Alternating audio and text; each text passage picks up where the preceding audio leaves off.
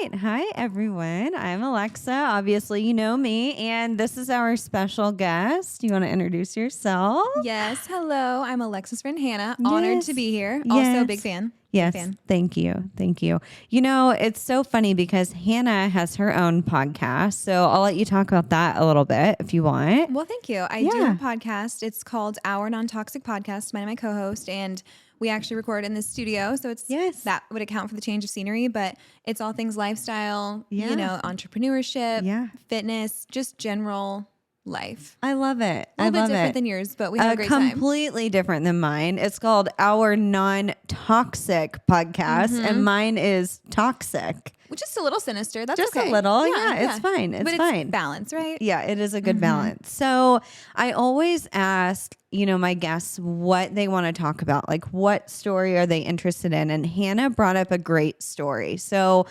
before I even get into the story, I have to do my disclaimer so I don't get sued. But the videos and podcasts are for entertainment purposes. All information discussed was found on the internet. Keep in mind, I talk all things sinister that may not be suitable for all audiences. So viewer and listener discretion is advised. But she brought up a great freaking story. And the story is the Slender Man killing. I mean, kind of killing, stabbings, right?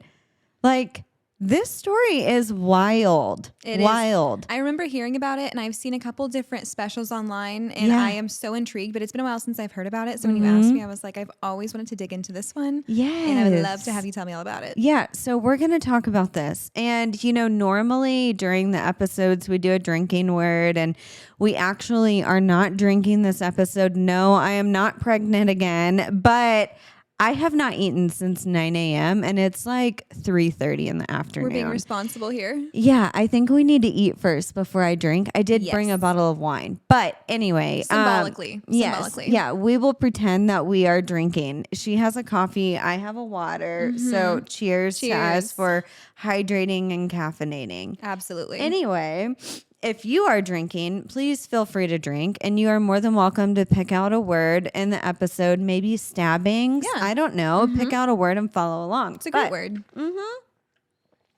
So this story is wild. So it occurred back on May 31st, 2014, almost 10 years ago. That is which shocking. It's so shocking because what's funny is the first time that I heard of this was actually like obviously right after it had happened. And do you remember Nancy Drew? Yes. Okay, so super obnoxious. Blast but like, from the past. Yeah, true crime OG. I remember watching her like talk about this, and she was just like sickened by the whole situation. But then what's funny is, like you said, there's been like spinoffs, there's been movies, there's been documentaries. And there's even been like TV shows that have done episodes about it. So I remember the Law and Order SVU episode about the Slender Man stabbings. And it was the same exact storyline. So this story is super crazy to me. It doesn't even need to be adapted to TV. That's how crazy it is. Yeah. They can just take it straight from history. They seriously Which is why it's so crazy. And I almost feel like when things get so picked up by pop culture, it's interesting because you never know what details are accurate, which ones have been taken out of context, and so on. So I'm excited to hear the actual story, the actual story from the internet that we found. Right. Okay, so let's get into it. So again, back on May 31st, 2014, in Waukesha, Wisconsin, two 12-year-old girls, Anissa Wire and Morgan Geyser, lured their friend Peyton Leutner into a forest and ended up stabbing her 19 times. All trying to get the attention of this Slender Man. Now, Peyton ended up living, thank God. She was able to crawl to a dead-end road, and a bicyclist that was bicycling down the road found her and called 911. So, you know, I'm sure we've all heard about the Slender Man story, but if we haven't, basically, he's a tall, thin man wearing all black with a white head, white face, no facial features, and there's so many theories about this. You know, it's kind of crazy because one of the theories is that if you see him, he will end up killing you. Yep. Another theory is if you see him, you have to do exactly what he asks you to do, or he's going to kill your family, or he will haunt you for the rest of your lives. It's kind of like the boogeyman. I've heard all of those, and I never knew where it came from because I think I heard about the legend of the Slender Man before I heard about the actual killings or the stabbing. Yeah. So I never really knew. I thought it was just some urban legend that you see online, and had no idea. But it would freak me out to the point that I think that I saw something like if you see even a photo online, you're still cursed. Yeah. And even though I'm like, I don't believe in all of that. That definitely isn't real. Yeah. You still, I'm like, I'm just gonna not look and scroll right past it. I just don't want to look close my It just eyes. is chilling. Like the images of him and the drawings, and there's like renderings all over the internet, and all of them are just this stuff of nightmares. Yeah, absolutely. And you said it best. Like, it's an urban legend. And that's what we're going to talk about. Like, this was fully fictional. It was completely made up. It's like, again, like the boogeyman, or, you know, who is the woman if you stare in the mirror and you say her name's Bloody Mary? It's the same exact thing. So until someone makes it real with something like this. Something like this. Yeah. So it's crazy to me. So back in 2009, there was a forum on a comedy website. This is where it started, called Something Awful. A man named Victor Surge posted some photos of kids playing in a playground back in the 1980s, 1986 to be specific. In this photo, which I'll show you, there is a Slender Man figure in the back of the photo, and he's behind children. And so obviously now we know that they're photoshopped, but this is kind of where the story started. So you can see him in the background with the kids in front. And like in this picture, the kids don't even notice that he's there. Yeah, they don't seem to be disturbed or anything. He just blends in. Yeah, he just blends in. And he's not just tall, he's like absurdly tall, like 8 feet tall, and like terrifyingly skin and tall. bone, like skeleton like. Yes. Yeah, creepy. Just like humanoid, but obviously not. Yeah, exactly. So these photos, again, are obviously photoshopped. They're fake, but whenever he posted this, people were like, oh my God, I've seen him. Oh my God, my kids have seen him. Oh my God, where is this at? I think I saw him as a kid, blah, blah, blah, blah, because this picture was from 1986. So it started this whole crazy situation where people start thinking that this Slender Man is real.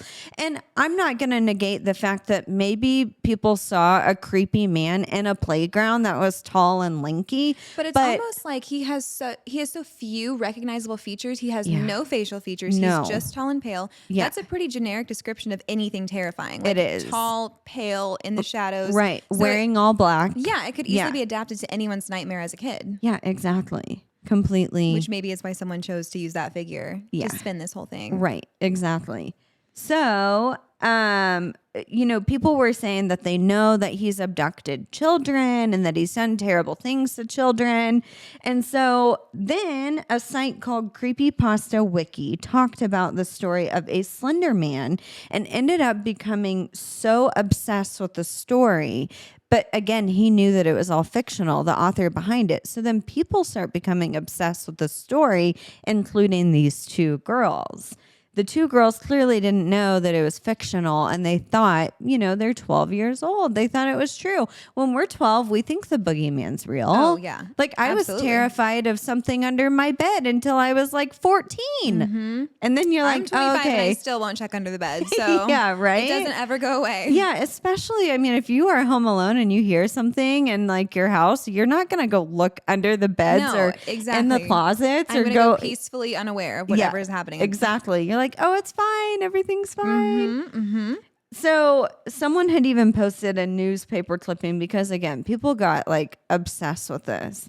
And I'm going to read this newspaper clipping because it's from June 15th, 1987.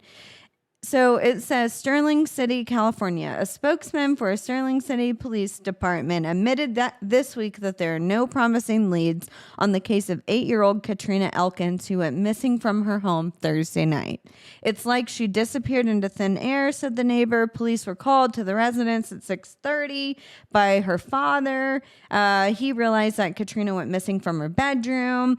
Whenever he went in to wake her up from, I'm paraphrasing a little bit, but whenever he went in to wake her up for school, she was not there. The only possible witness is her sister, 10-year-old Alice, with whom she shared a bedroom with. Alice has been unable to provide many details to the investigators. However, it seems that the girl suffers from an overactive imagination. The police department said she told us the last time she saw her sister was through the window where she was hugging a very tall man.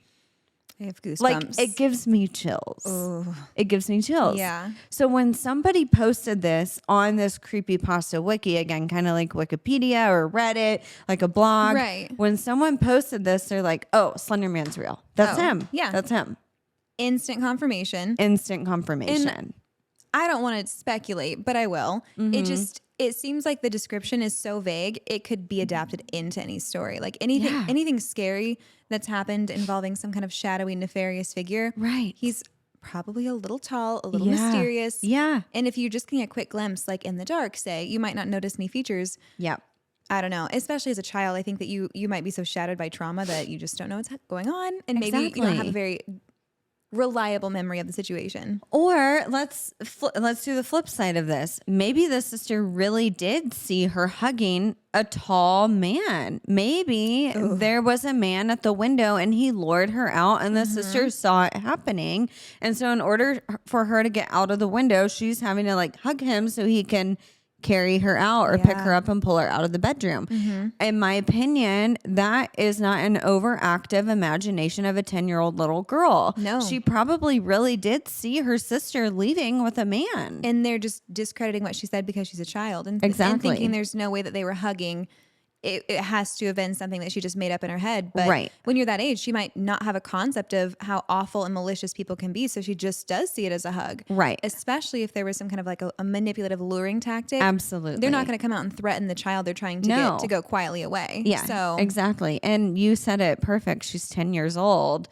She doesn't want to see a lot of the bad things that we as adults or even an older child would see. Right. So you tell yourself that it's okay. And even now with access to, true crime podcasts or everything online, you have a better concept, or even just being educated by your parents of the dangers at a younger age. But back then, maybe they just weren't aware that those things happened and didn't know what to look out for. Right. And I feel like too, I mean, the technology was completely different. There's so many different reasons, but it's just wild that people jumped on this and was like, oh, yep, that's him. That's the Slender Man. The Slender Man's real. Yep. So then people become even more obsessed and even more fascinated by this fictional character. And then everything seems to confirm it because they want it to be real. Yes. So yeah, it's wild. Maybe details get lost in this desire to have this story be something other than just a legend. Yes, I know. It's wild. So what happened in this story?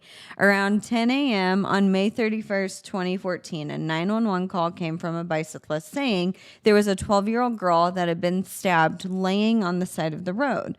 Officer Dan Klein responded to the scene. Peyton, the girl who was stabbed, was laying in the grass at the end of the dead road. Dan, the officer, said, quoted, "She wasn't moving a whole lot. As I approached her, I said, 'Hi, I'm Officer Dan. Are you okay?' She said, 'No.' As I got closer, I started to see a little bit more blood, and then the closer I got, the more blood that I saw." What a weird first question to ask. Are you okay? Yeah. I know. What did he want her to say? I think maybe like as an officer, you see a 12-year-old girl and you're probably like, what the hell is going on? Maybe he was in shock or something. I think he probably was. That's just the poor thing for one that had to crawl. Like that's the part that I think makes me the most nauseated about the whole thing is that she had like, imagine being in that level of survival mode at that age. Yeah. I can't even imagine. Yeah. But how how badass is that to save yourself from that situation? That is incredible. She really did. Like, she is truly a fighter. And, you know, these girls, it's so sad. We'll talk a little bit about the friendship and stuff.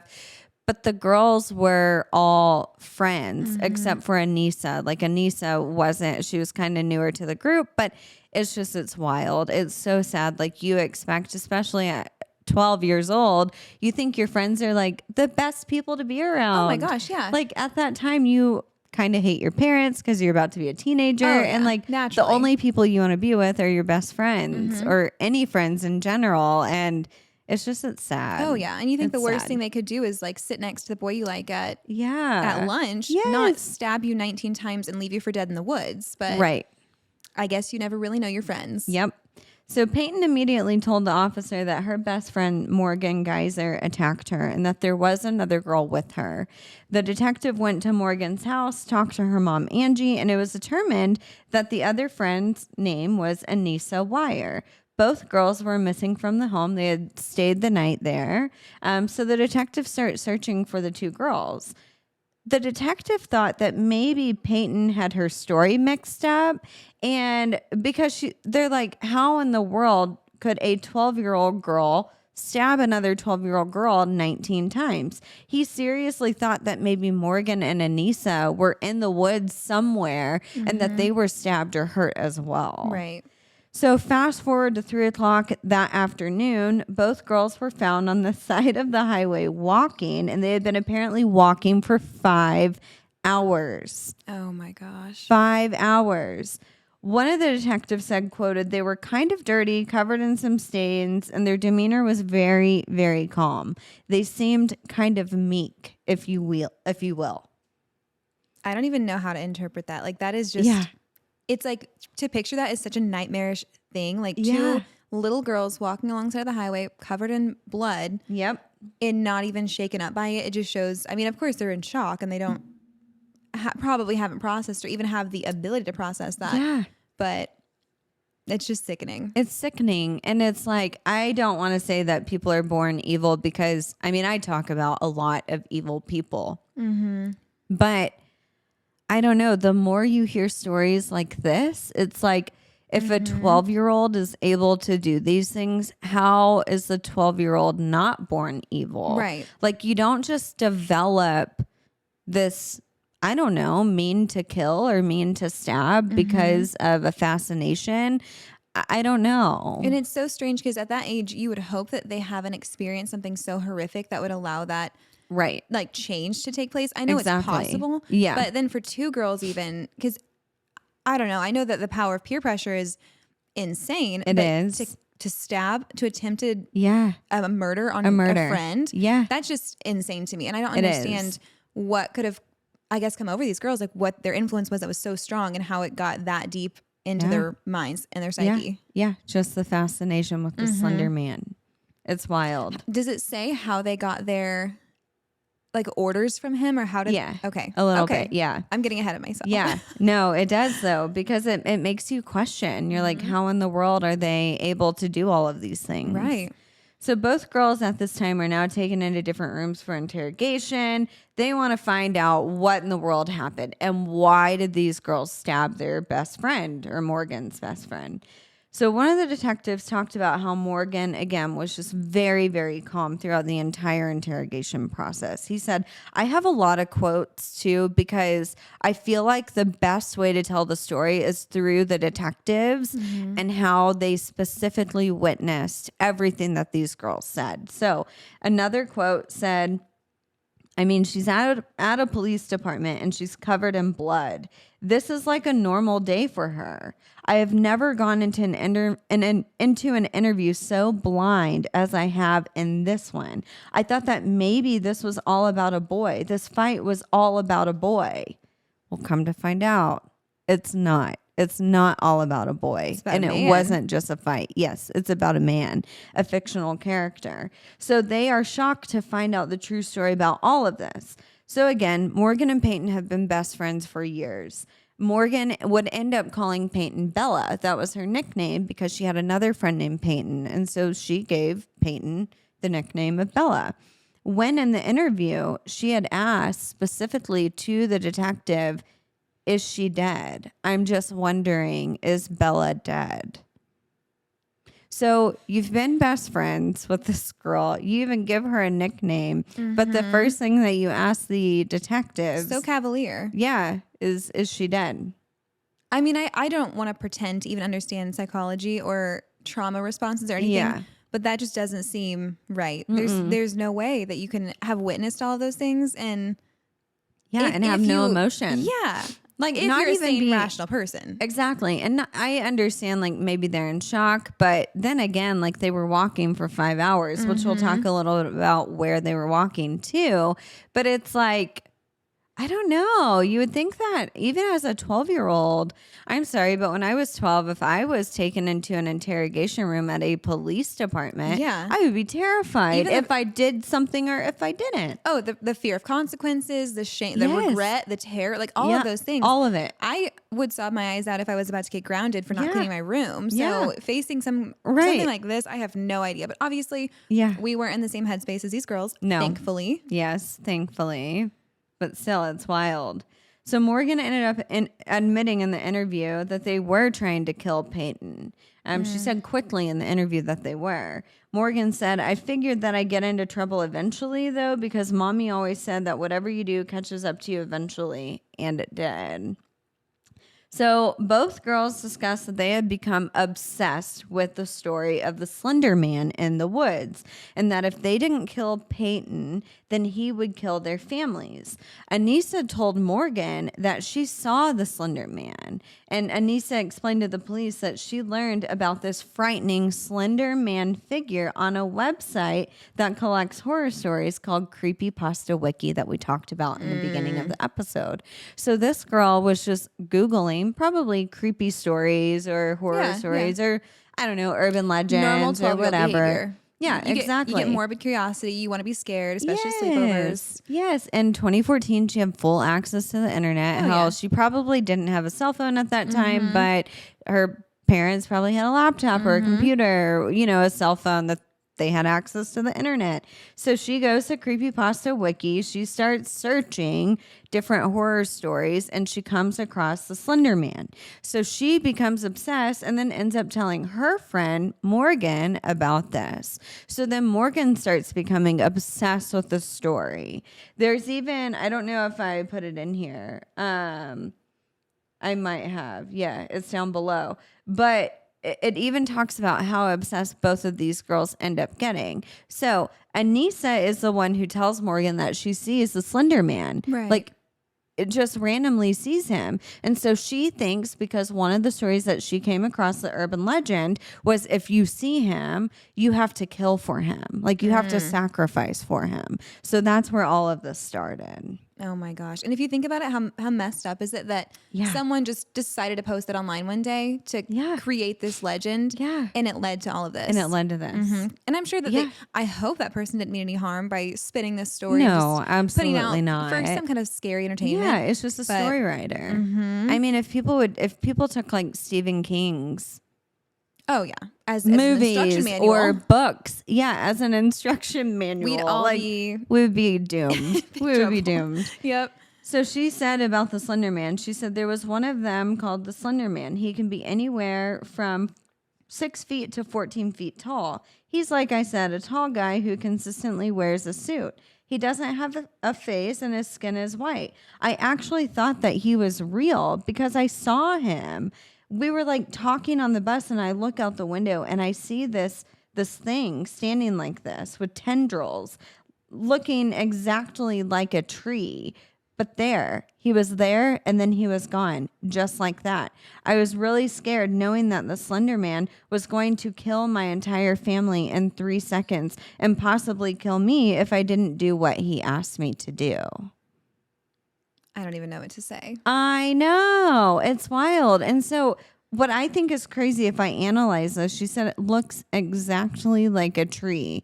I think this girl was so fascinated with this fictional character that she truly saw a tree, but she thought that she saw the Slender Man. Yeah. Well, when your mind is so inundated with all of these images all the time, and even, your brain is still developing, you're afraid, you're consuming all these things, even at night before you go to sleep, then you start to dream about things. It's very easy to mistake things as reality, especially you're on a bus, things are moving very quickly. Yes. Is it really that reliable of an image? Right.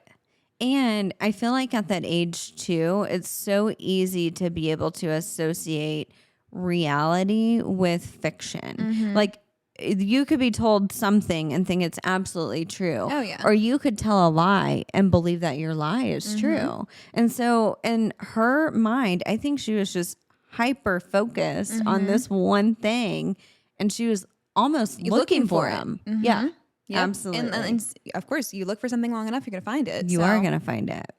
So the girls wanted to prove to the Slender Man that they could kill Peyton. So that way they could go and be with him in his mansion in Nicollet National Park, which was a 4.5 hour drive from them. So after the girls tried to kill Peyton, because they thought that she was dead at this point. You know, they stabbed her 19 times.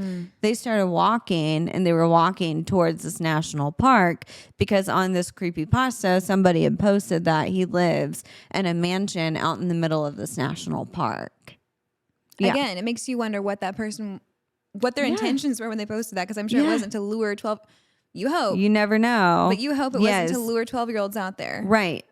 Or anybody out there in general. Was there a house or was it residential? No. It was just the woods. Yeah, it was just the woods. It was a national park. Now, there are houses that are located there, but not like a mansion with a tall, slim guy that I had found or researched. Oh, my gosh.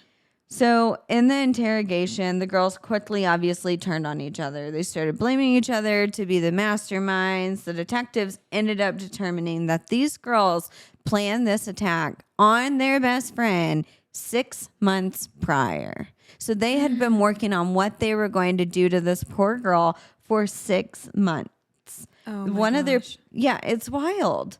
Like, that's the part that like I cannot stomach, because it's one thing to think that girls can be, or children of any kind can be just manipulated and confused and act impulsively because they're young and they just don't, not that, you know, stabbing someone can be justified as they didn't know better, but you know what I mean? Like, it can be very quickly and they can be influenced, but for 6 months and there was nothing, no guilt, no conscience, nothing that kind of persuaded them otherwise or made them see that this is a horrific, awful thing to do. Right. So I don't know. You know, it's also crazy because I like, you know, looking at whenever I was a 12-year-old. When I was a 12-year-old, my attention span was like gone in 10 seconds. Yeah. And so for them to be able to focus on something for 6 months, that's crazy. And the thing that you said about they would turn each other very quickly in the interview, that says to me that they had enough presence of mind to try and be self-preserving. Yes. Like they saw the consequences. They knew what they were doing was wrong. Yeah. So the fact that they know to say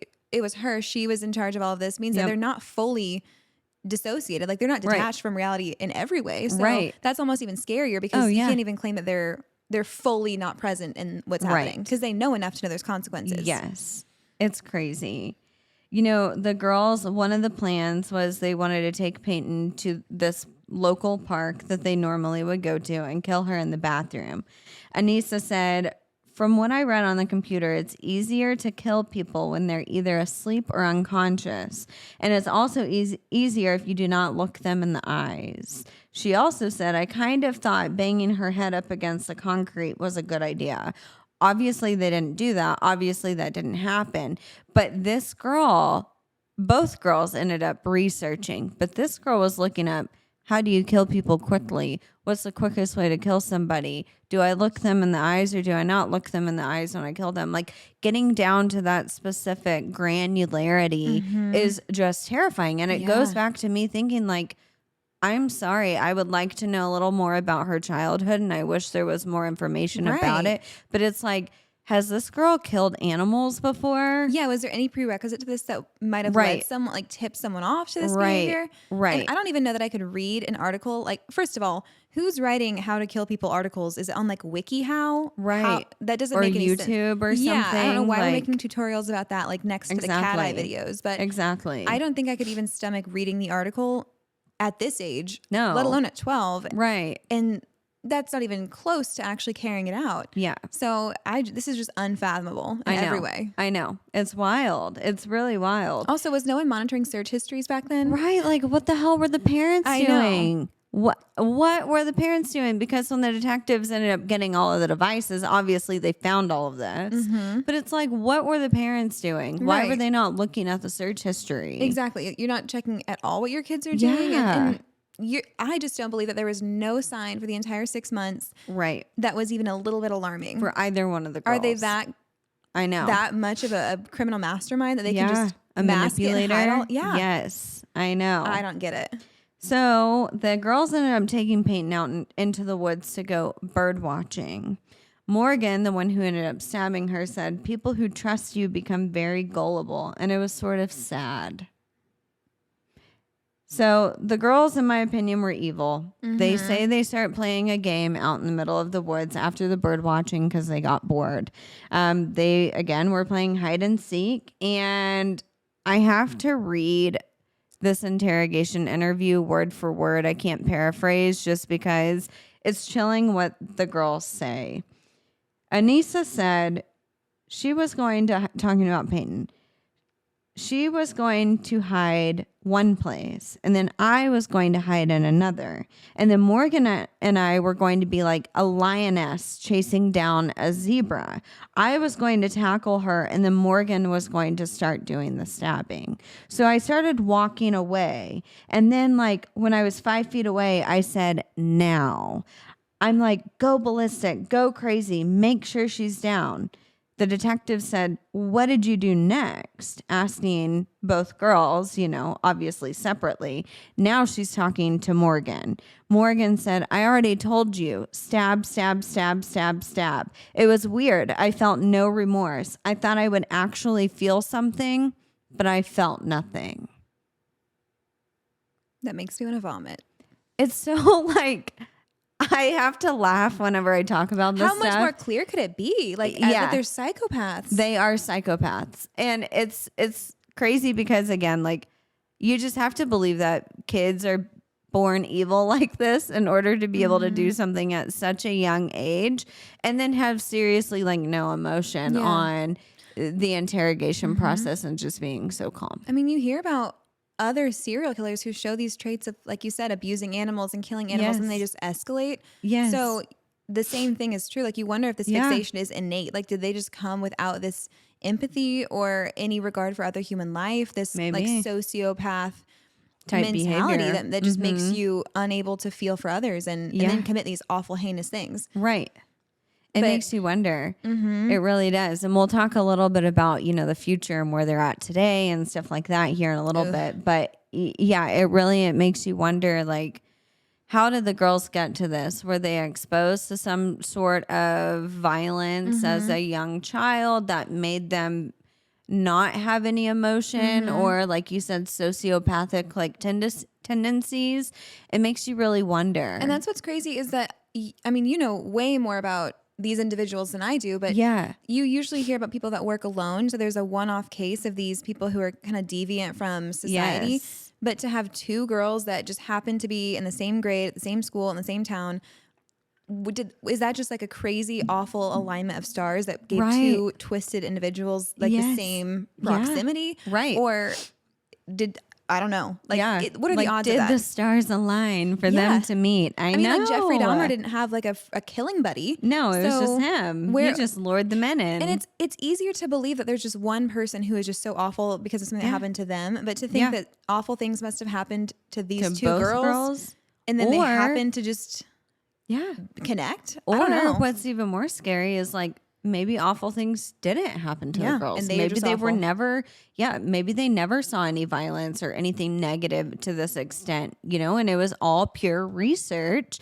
and fascination with this man. Do you think that maybe they were too young to even understand life and death? Like, is that even a possibility? Probably. I mean, I think 12 is decently old. You should be more aware of the world, but like, for sure, maybe in the case of them being so sheltered or like they just didn't understand the permanence of life or like what you're trying to take away. You know, yes and no, but with some of the things that they have said, you know, that we've heard, I don't believe it. I think they knew that they were going to kill her for that reason. And I think they knew what they were doing was bad. Period. I don't think that, I mean, as much as I would love to believe that there was goodness in the girls, because that's so awful, I agree with you. I don't think that you can get to that point at that age and not have any awareness of what you're doing. Right.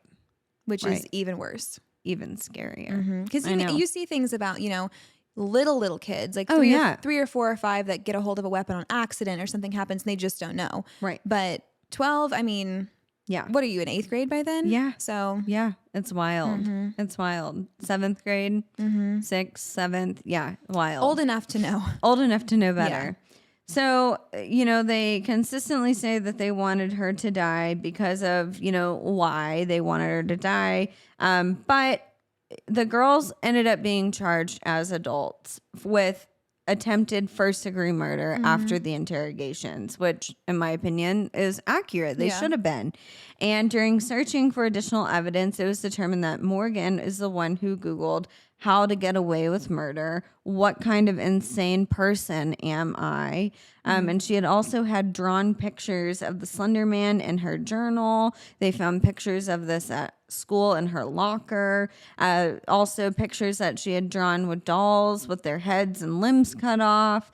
And so they had determined that Anissa also Googled some of these things too, but it wasn't to the extent of Morgan's Google history, search history. Yeah. So they quickly determined that Morgan was the ringleader within this case, and she was the mastermind.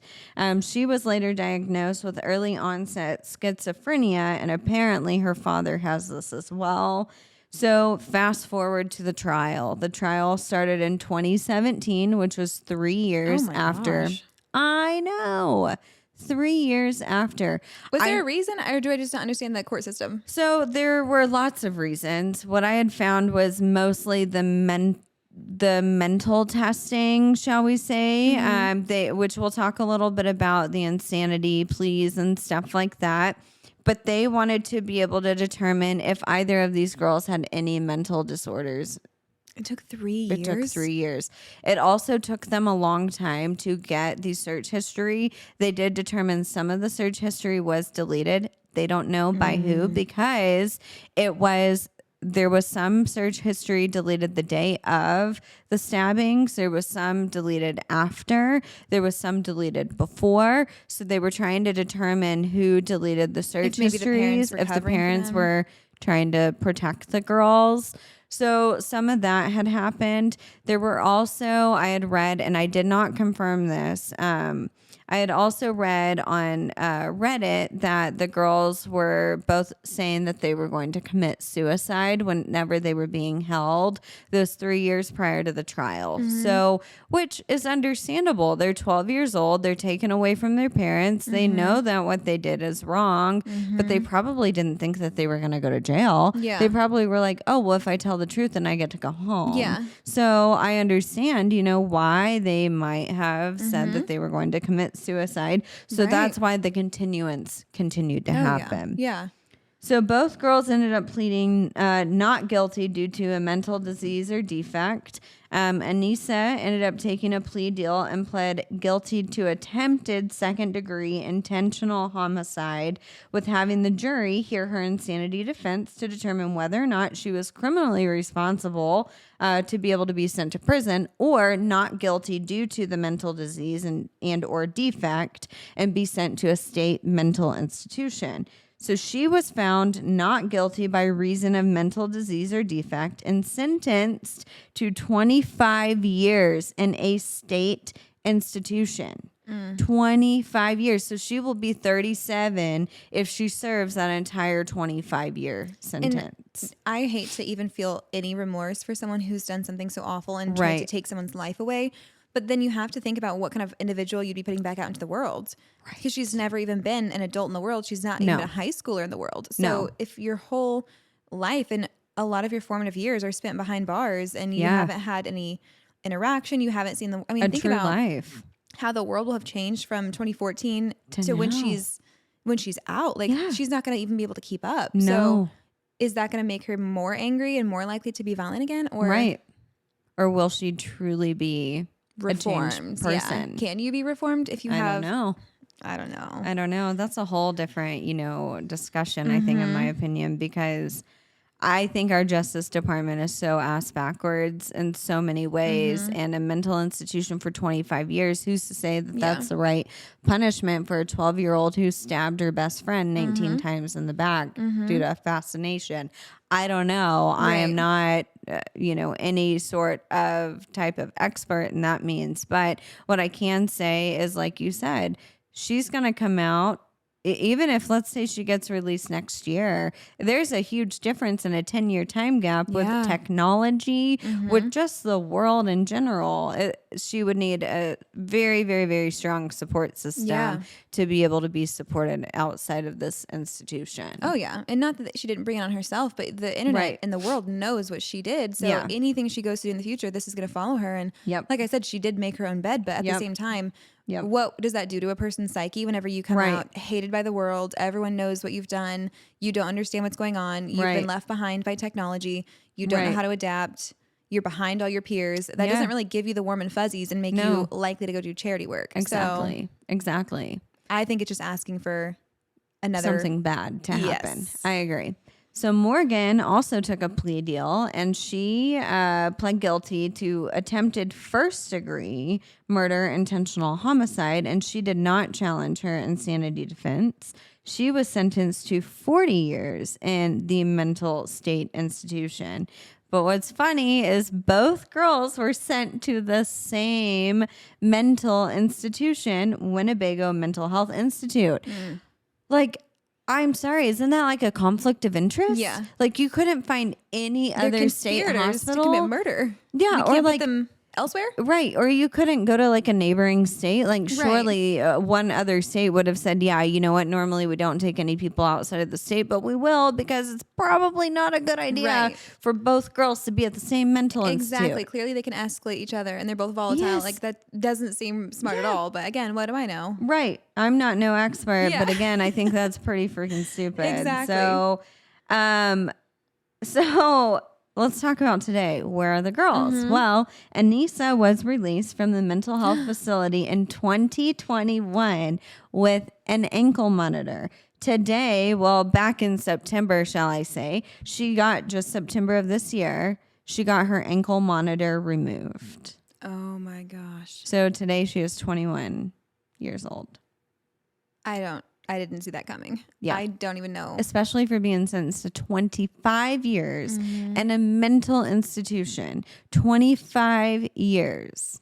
I mean, you were there for 6.5. Let's think about what she did. She convinced her parents and her friends and everyone else that she was not about to commit murder as a 12-year-old. So why is it so hard to believe that she could convince some medical professionals that she is reformed and not going to do that again? And that she's a good girl. I know. Well, what do you even do at that point? Like, does she have a job? Does she work at Baskin Robbins? What do you do? I couldn't find anything on where she is. I would probably guess she might have changed her identity. I mean, why would you not? I would. I would definitely have to change my name. But I would imagine that she's changed her identity and she probably doesn't want people to know who she is. Maybe moved. Maybe she moved to a different city. I mean, she's 21 years old. Yeah. Maybe she just, hopefully she got her GED in the state institution. Right. But I don't know. I think it's too soon for her to be let out. She was 12 years old. Now she's 21. Yes, she's a young adult, but 21-year-olds are immature. Oh, yeah. And so. And you're still not fully developed yet. You're not developed. I would say she probably should have stayed in there for at least 10 years. I agree. Even out of respect for Peyton and her family. And what does that say to a victim that you're going to go through the entire due process of justice and then give someone a sentence and then not even make them serve half of it? What hope does that give to other victims? Right. That we're going to give this sentence. Yep. They might have to do it. They might not. Yeah. And also to anyone else who's considering committing a crime. Right. That, well. Especially in the state of Wisconsin. Exactly. It's like, it's not, it might not stick. It's okay. Yeah. Like, you only have to go to this mental institution for 5.5 years. Yeah. You'll be good to go. Exactly. Not even. But so Morgan is still institutionalized today. Her attorney filed for her to be released back in May of this year, but obviously that was denied. However, he did make a public statement and said, quoted, Morgan continues to make substantial progress in treatment and should be ready for release next year, we expect. So she was sentenced to 40 years, and they're already talking about releasing her in 2024, which would be 7 years from the time that she was institutionalized from the state institution. That just seems like a slap in the face to the victims. Yeah, and only 10 years totally incarcerated. Yeah. I just don't understand, like, that's not even half the sentence. No. So why give it at all? That's if it's a gonna fourth. Be yeah.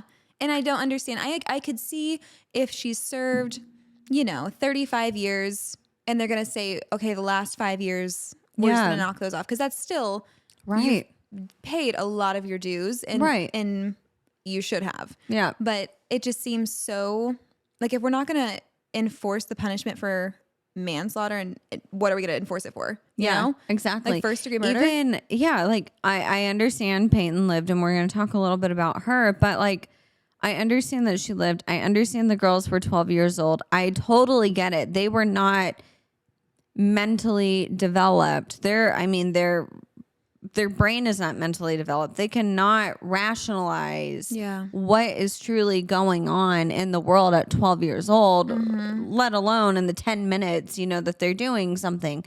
But to let them out so early, what are the checks and balances? Like, are they saying like, oh, she's taking her medication today on a timely manner. Yep. She's not arguing with any other girls. She's not being a teenager, or a young 20-year-old. And who's what are the steps that they're taking? Like, oh, they go to every one of their therapy lessons 3 times a week. Like, no, how do we say that reforms somebody? Exactly. And how do you know? Unfortunately, you don't until it happens or doesn't happen again. Yeah, or until they get released, and then like either they get a second chance at life and they do a good deed, or they don't. And I do think that people deserve second chances. I truly do. I think both girls do deserve a second chance, but I feel like they should have spent a little more time incarcerated. And hopefully Morgan, since she was the mastermind, maybe they'll deny her early release next year, and maybe she'll stay another few years. I don't know. Oh yeah. Well, I think there is some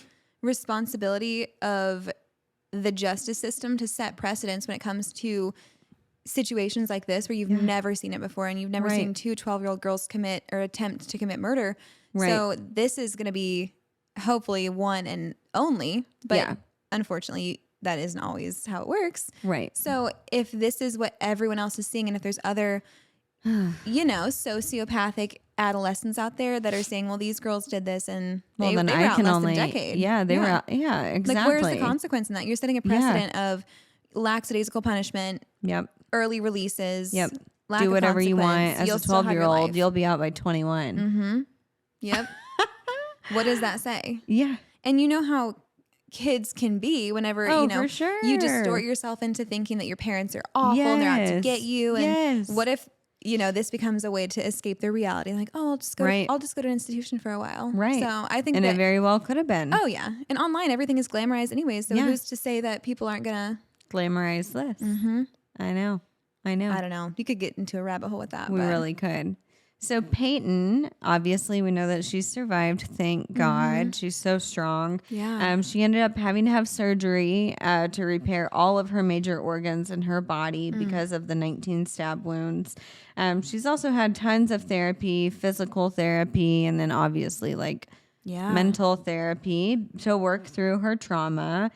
She did do an interview back in 2019, and she said, I didn't feel anything because my body was in shock. I got up and I just walked until I hit a patch of grass where I could lay down. I shouldn't be alive. I really shouldn't be alive after what happened to me. Wow. Like, it's so true. Like, I don't know if you are religious or anyone is religious, like listening or not religious, but something was with her. Had an eye God on her. was with her, an angel was with her, or like someone, and like energy type force was with her that day, protecting her, especially if all of her major organs had to be operated on. I mean, you just can't get around the medical marvel that is. Right. Like, And how long did she stay there? Like, how long was she laying there until that bicyclist, rode by? Or maybe it was like instant and it, like, I don't know. It's Something it's divine happened, wild. like brought someone along to save her. That's just absolutely. I don't know. I think everything that she's okay. And I'm sure she's living a very private life. She is living a private life. I couldn't find her on social media. So I don't know if maybe she changed her name. I don't know if maybe she just doesn't have it. But what I did find last that we know is that she was in med school. So I don't know if she's going to be a doctor or a surgeon or a therapist. I don't know the whole situation, but she's living her life. She's healthy. She's strong. And she's a med school. And she deserves the privacy and she deserves the longest, happiest, healthiest life that this life has to offer. But wow, can you imagine anything more awful? I know. But she's strong and she pushed through it. So absolutely. Well, I mean, God bless her. Yes. For surviving. She's definitely going to win 2 truths and a lie anytime she plays it for the rest of her life. For the rest of her life. Yeah. Icebreaker games would be no fun going up against her. Oh my God. I know. No kidding. I would love for her, like, obviously she probably doesn't want to tell her story much or relive what had happened to her until she's like in a better space, mentally to be able to do so. But I think it would be so fascinating for her to be like a public speaker of some sort, and maybe even like a public speaker against, fictional stories, or maybe she can try to find like a way that this has happened to somebody else because of an obsession. I don't know. I feel like, or just being a victim in general who lived like that show, I Survived, like something like that. I feel like she could do wonders just telling her story if that's something that she would want to do without publicity. Absolutely. I can't imagine what it's like being in her shoes, but you think there would be some power in kind of reclaiming the narrative that's been told for you since you were a child. Yeah. And get to put her perspective. But then again, if she's moved on and doesn't want to revisit, then more power to her. Completely understand. That was just as jarring as I had expected it to be. Yeah. Even more so, I would say. Yeah. Yeah. It's a crazy story. Well, thank you, Hannah, for being on the podcast. Thank you for having me. Yes. And as always, like all of our shit on Instagram and all of our social media. Share it with all your friends. 5-star reviews. And as always, stay sinister.